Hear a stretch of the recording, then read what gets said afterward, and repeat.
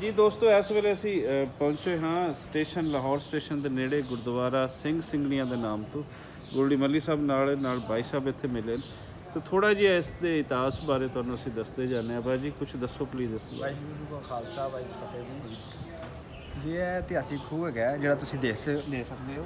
ਥੋੜਾ ਜਿਹਾ ਅੱਗੇ ਲਿਆਓ। ਇਹ 300 ਫੁੱਟ ਡੂੰਘਾ ਹੈਗਾ। ਪਹਿਲੇ ਇਹਦੇ 'ਚ ਪਾਣੀ ਸੀ, ਹੁਣ ਸੁੱਕ ਹੋ ਗਿਆ।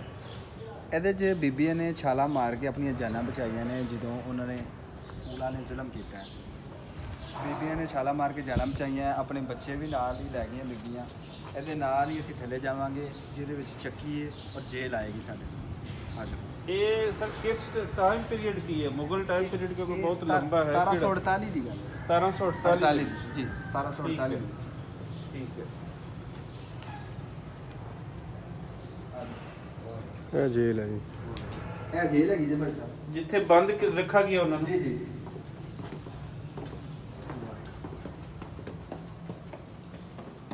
ਇਹ ਜੇਲ੍ਹ ਇਹ ਚੱਕੀਆਂ ਤੁਸੀਂ ਭਾਈ ਸਾਹਿਬ ਇਹ ਭਾਈ ਸਾਹਿਬ ਚੱਕੀਆਂ ਹੈਗੀਆਂ ਜਿਹੜੀਆਂ ਬੀਬੀਆਂ ਕੋਲ ਸਵਾ ਮਨ ਦੇ ਪੀਣੇ ਪਸਵਾਏ ਗਏ।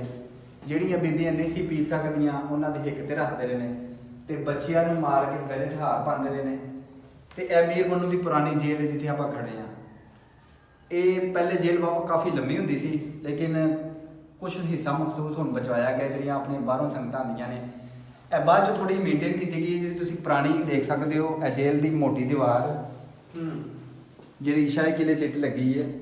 ਜੀ ਜੀ ਨਾਨਕਸ਼ਾਹੀ ਇੱਟ ਇਹ ਉਹ ਹੈਗੀ ਮੋਟੀਆਂ ਦੀਵਾਰਾਂ ਨੇ ਦੀਆਂ ਥੱਲੇ। ਠੀਕ ਹੈ। ਤੇ ਉਹ ਪਰ ਜੇਲ੍ਹ ਦਾ ਹੀ ਹਾਂਜੀ ਜੇਲ੍ਹ ਦਾ ਹਿੱਸਾ ਹੈਗਾ ਟੋਟਲ। ਲੋ ਜੀ ਇਹ ਜੇਲ੍ਹ ਹੈ ਮੀਰ ਮਨੂ ਜੀ। ਮੀਰ ਇਹ ਇੱਥੇ ਬੀਬੀਆਂ ਨੂੰ ਕੈਦ ਕੀਤਾ ਗਿਆ ਸੀ। ਜਿਹੜੀਆਂ ਬੀਬੀਆਂ ਦੀ ਕਿਤਨੀਆਂ ਤਾਦਾਦ ਕਿਤਨੀ ਤਾਦਾਦ ਦਾ ਨਹੀਂ ਕਿਤਨੀ ਬੀਬੀਆਂ ਦਾ ਤਾਦਾਦ ਦਾ ਨਹੀਂ ਪਤਾ। ਤਾਦਾਦ ਤੇ ਬਹੁਤ ਜ਼ਿਆਦਾ ਸੀ। ਇਹ ਟੋਟਲ ਜੇਲ੍ਹ ਹੈਗੀ ਪੁਰਾਣੀ। ਇਹ ਕੀ ਦਿਖਾਇਆ ਗਿਆ ਹੈ? ਇਹ ਨਨਕਾਣਾ ਸਾਹਿਬ ਖਾਨ ਦਾ ਸਾਕਾ ਸਾਕਾ ਉਹ ਜੰਡ ਜਿਹੜਾ ਉਹ ਇਹ ਗੁਰੂ ਅਰਜਨ ਦੇਵ ਸਾਹਿਬ ਨੂੰ ਤੇ ਕਵੀ ਦਾ ਬਣਾਇਆ ਹੈ ਤਸਵੀਰ। ਪੰਜਵੀਂ ਪਾਤਸ਼ਾਹੀ ਜੀ ਠੀਕ ਹੈ।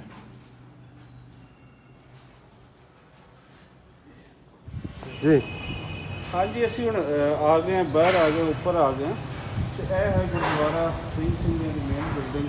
ਇਹ ਨਵੀਂ ਬਿਲਡਿੰਗ ਇੱਥੇ ਉਸਾਰੀ ਕਰਤੀ ਗਈ ਹੈ ਤੇ ਬਾਕੀ ਇੱਥੇ ਪੁਰਾਣਾ ਇਤਿਹਾਸ ਵੀ ਜਿਹੜਾ ਹੈ ਥੱਲੇ ਜਿਹੜੀ ਜੇਲ੍ਹ ਹੈ ਸਾਰਾ ਕੁਝ ਚੱਕੀਆਂ ਉਹ ਤੁਸੀਂ ਥੱਲੇ ਦੇਖ ਚੁੱਕੇ ਹੋ।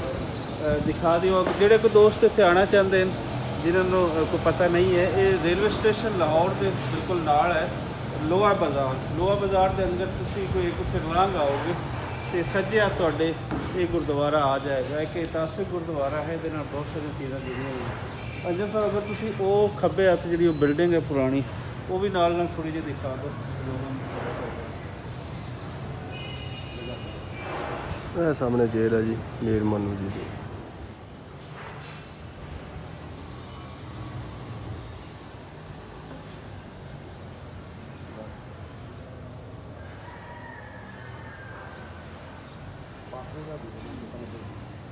ਸਾਰਾ